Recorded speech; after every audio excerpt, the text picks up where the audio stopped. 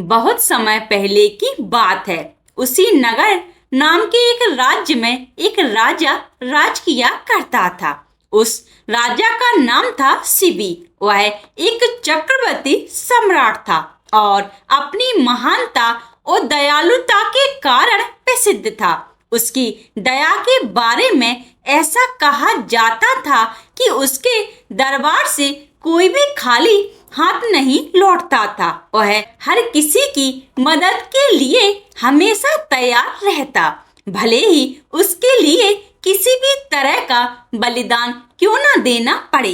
यही कारण था कि उसकी दयालुता के चर्चे पृथ्वी लोक से आगे बढ़कर स्वर्ग लोक तक भी पहुंच गए।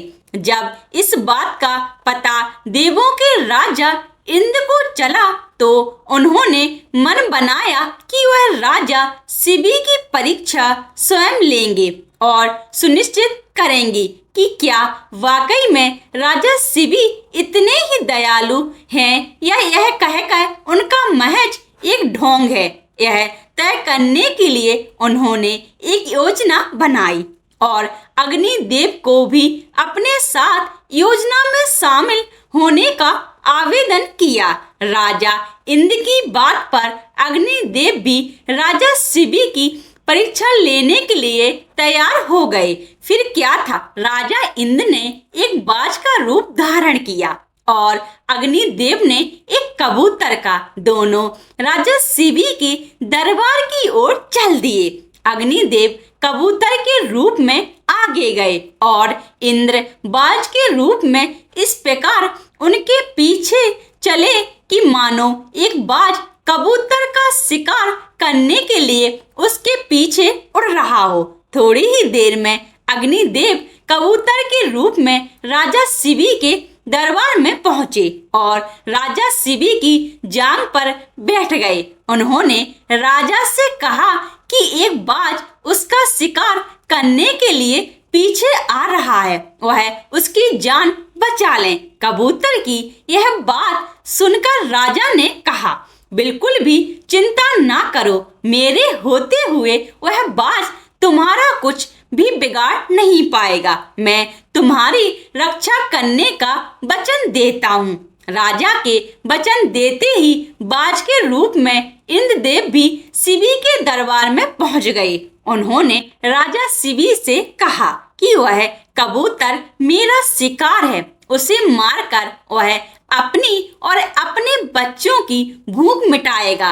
बाज की बात पर राजा ने कहा, मैंने इस कबूतर को वचन दिया है कि मैं इसके प्राणों की रक्षा करूंगा, इसलिए मैं इसे तुम्हें नहीं दे सकता। राजा की यह बात सुनकर बाज बोला, अगर आप इसे मुझे नहीं देंगे तो मैं और मेरे बच्चे भोजन के अभाव में भूखे रह जाएंगे, इसलिए इसे तो आपको देना ही होगा। बाज की यह बात सुनकर राजा शिबी थोड़े देर सोच में पड़ गए और कुछ विचार करने लगे। कुछ देर बाद विचार करने के बाद राजा शिबी ने बाज से कहा, अगर मैं तुम्हें इस कबूतर के वजन के बराबर मांस दे दूं तो तुम्हारी और तुम्हारे बच्चों की भूख मिट जाएगी। ऐसे में इस कबूतर के प्राण भी बच जाएंगे और मेरा वचन भी बना रहेगा। राजा की इस बात पर बाज के रूप में आए इंद्रदेव राजी हो गए, लेकिन उन्होंने राजा के सामने एक शर्त रख दी। बाज ने कहा, महाराज मैं तैयार हूँ, लेकिन आपको कबूतर के वजन का मांस अपने शरीर से ही देना होगा।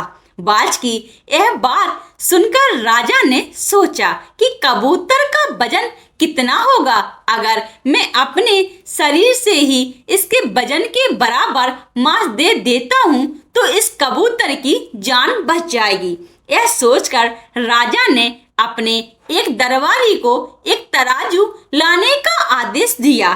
दरबार में तराजू लाया गया।